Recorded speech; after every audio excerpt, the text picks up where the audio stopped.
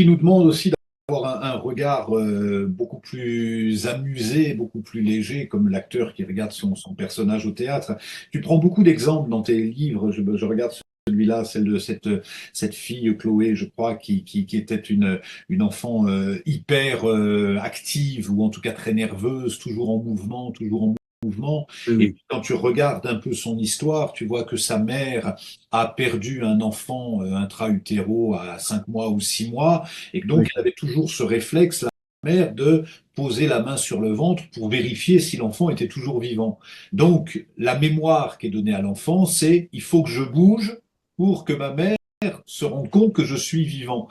Et quand tu racontes ça, quand tu as eu ce bébé qui avait 4 ou 5 mois, tu t'es adressé à lui comme on s'adresse à un adulte, en lui disant, écoute, c'est bon, tu n'as plus besoin de courir partout, tu n'as plus besoin de t'agiter, tu es vivant, on a vu que tu es vivant et tu peux te détendre. Et tu as pu capter dans son regard que quelque chose s'apaisait. Les bébés peuvent tout entendre, Jean-Philippe, de leur histoire. C'est instantané. Il faut s'adresser à l'enfant comme si c'était le public le plus évolué qu'on ait jamais eu.